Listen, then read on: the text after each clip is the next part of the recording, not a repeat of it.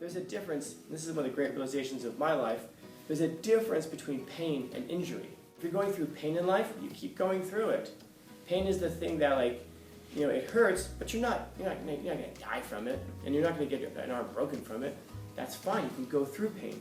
Injury, you better do something quick to fix that. If someone's twisting your arm is about to break, you better figure something out, because you don't want that to break. Two very different things, don't confuse those two. When someone's now laying across your face, and you can turn your face out a little bit, you can breathe just a little bit, now you realize, this is just pain, this isn't injury. I can do this all day. Can you? You can outlast it. You realize, I just survived that. I remember 2 weeks ago, I didn't feel like I could survive that. I wonder what else I can survive. And then the next time you're going through pain, you realize, I went through it last time. This is not a 310-pound dude laying his stomach on my face. I can survive this. And now you can overcome suffering. And then that makes it, of course, makes you stronger. So what doesn't kill you, hopefully, makes you stronger.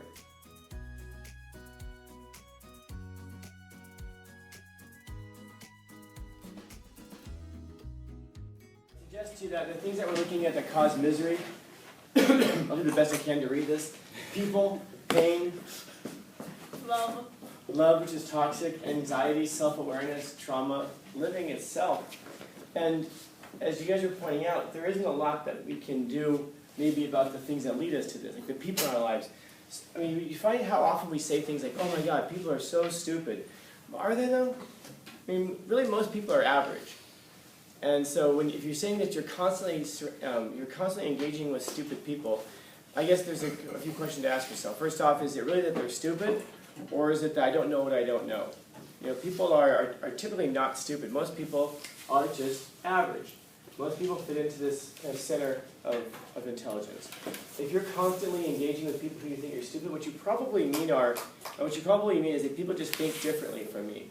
And like why is it that this person's cutting into my lane? Oh my God, they're so stupid. No, they just have some place they have to be, and they weren't thinking about you. Most people aren't stupid. We're just inconsiderate. I don't mean that in a terrible sense that like we're just terrible. We don't think about anybody else, but most of us are just kind of thinking about ourselves because that's our primary concern. And so, if there are people in your lives, like I said, if they're a thorn, then you can remove them. But if you remove every person who's a thorn in your life, you're going to find yourself alone by yourself, and then you might think like, oh, I'm okay with that. I don't know, man. Are you? It's not the kind of thing that you can walk back from. You find yourself 70 years old and nobody in your life, you can't now go out to the pub and start making friends.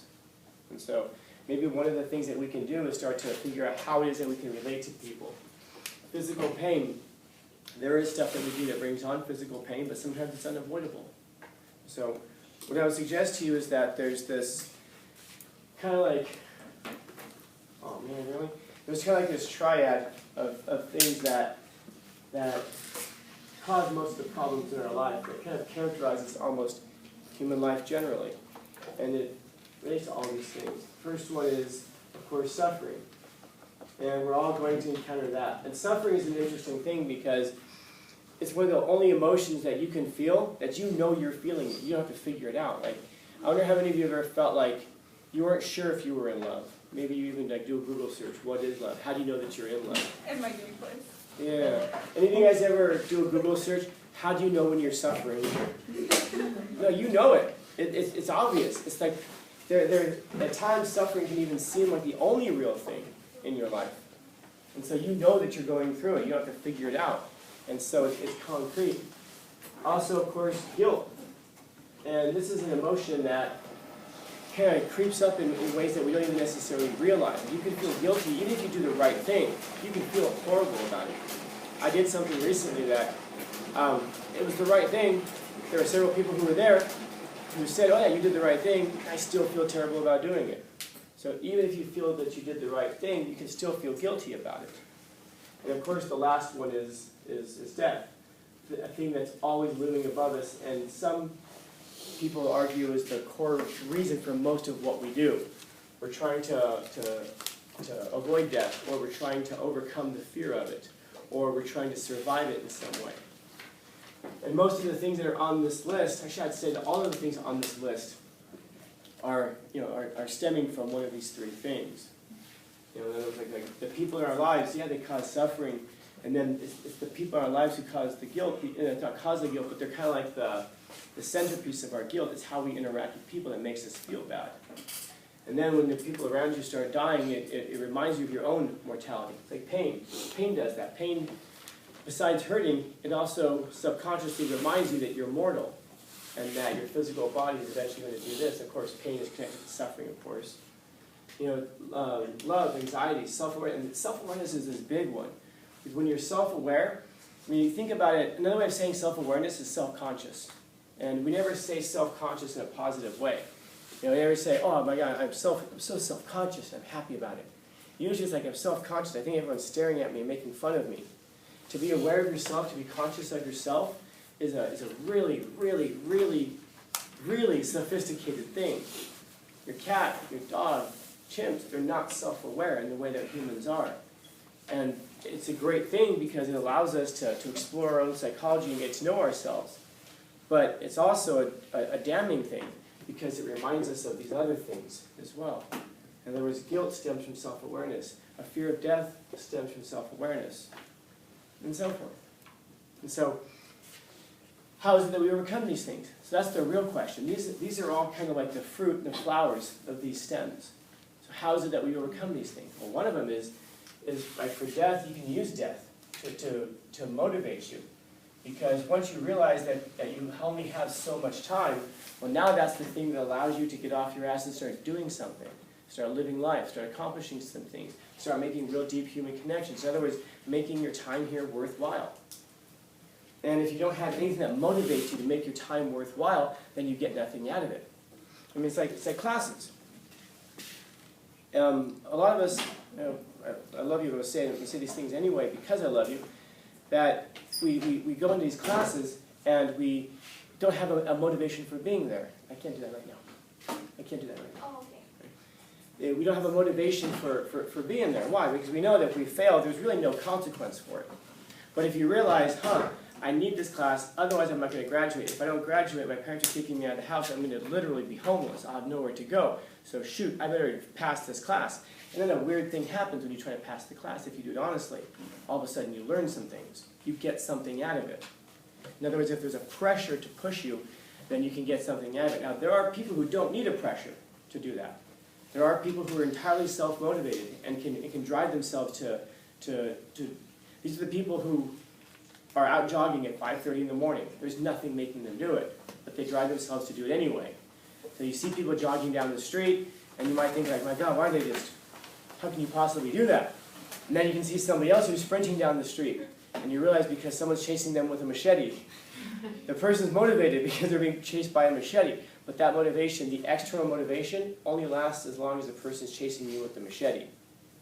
This is why I don't stand above you. Come on, get your work done. Come on, put that phone away. You can do this. Because that's only going to last as long as I'm standing above you. I don't go home with you and stand above you. I don't go with you on the weekends and stand above you and make you do things. You're finding out some things about yourself right now. Am I the person who has to have somebody standing above me? Or am I the kind of person who can be self-motivated and do it without the person standing above you? You want to be the second person because most of your life, people don't have an incentive to make you do stuff that's going to be beneficial for you. Your boss has an incentive to force you to work because they're paying you to work and their business is on the line.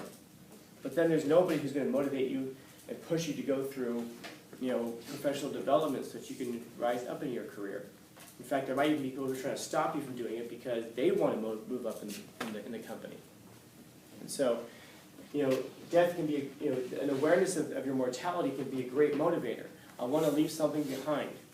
I want to make an impact on the world. And I only have so much time to do it. Suffering can be a great motivator because it gives you a sense of accomplishment. If you can overcome suffering, it gives you a sense of like, I did this. I was suffering from whatever it was, something psychological, something physical, something that didn't seem real but absolutely felt like it, even if it didn't seem like it, sure felt like it. And you can overcome something like that. Now you realize, wow, I overcame something.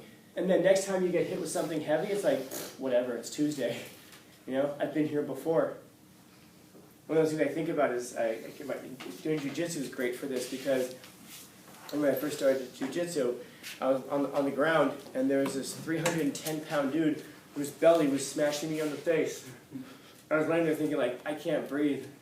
This sucks. And this guy's not getting any skinnier. And then you tap because you just realize, you're afraid you're going to die if you don't, and you're just praying that he can feel the tap through all that. But then after, like, it happens again, and next time you're like, screw that, I'm not tapping to that. And then you kind of realize, like, there's a difference. This is one of the great realizations of my life. There's a difference between pain and injury. There's a difference between pain and injury. If you're going through pain in life, you keep going through it. Pain is the thing that, like, it hurts, but you're not going to die from it, and you're not going to get an arm broken from it. That's fine. You can go through pain. Injury, you better do something quick to fix that. If like someone's like giving you like these burns on your arm, this is pain, but it's not injury. If someone's twisting your arm is about to break, you better figure something out because you don't want that to break. Two very different things. Don't confuse those two. When someone's now laying across your face, and you can turn your face out a little bit, you can breathe just a little bit. Now you realize, this is just pain. This isn't injury. I can do this all day. Can you? You can outlast it. And then once that person now realizes it's not working, they transition to something else, and you realize, I just survived that. I remember 2 weeks ago, I didn't feel like I could survive that. I wonder what else I can survive. And then the next time you're going through pain, you realize, I went through it last time. This is not a 310-pound dude laying his stomach on my face. I can survive this. And now you can overcome suffering. And then that of course, makes you stronger. So what doesn't kill you, hopefully, makes you stronger, not jades you. And then guilt. Guilt, you should feel guilty. You do something bad, you should feel guilty. Oftentimes people will say, no regrets, Do you still remember the movie? There are no regrets. If you have no regrets, you've never lived. Or you're the most thoughtless person who's ever cursed the planet. If you've lived your life at all, you should have regrets. Because we all do things that we would have rather done something different. And so you can use guilt as a motivator towards proper action. I don't want to feel this way again. You do something bad, you feel bad about it, it should remind you next time that you're tempted with that thing. I shoplifted, or I stole money from my mom, or whatever. You don't want to feel that thing again. And so next time your opportunity comes up, it stops you from doing it. But don't go too far with it. Guilt, however, shouldn't stop you from being a good person. It shouldn't stop you from living your life. Anything that you do, you shouldn't therefore just, some terrible thing that you do shouldn't now make you feel like a miserable, worthless piece of shit, so therefore I shouldn't try at all. I'm no good. No, I don't deserve anything good in life because this terrible thing that I did. What you did may have been terrible, but it shouldn't stop you from living your life. You shouldn't be flippant about it. I did this terrible thing. Oh well, no regrets. Instead, it should motivate you to say, I need to keep going forward, but I just don't want to be that person again. And then that also helps you overcome a type of suffering. Because the suffering, the mental anguish of feeling bad about it. So this gives us a framework for understanding where a lot of our misery comes from. And then, of course, this also gives us a framework for figuring out how to overcome it. So, just building away, as you was saying. And you guys? Questions, comments, concerns, complaints, criticisms, critiques?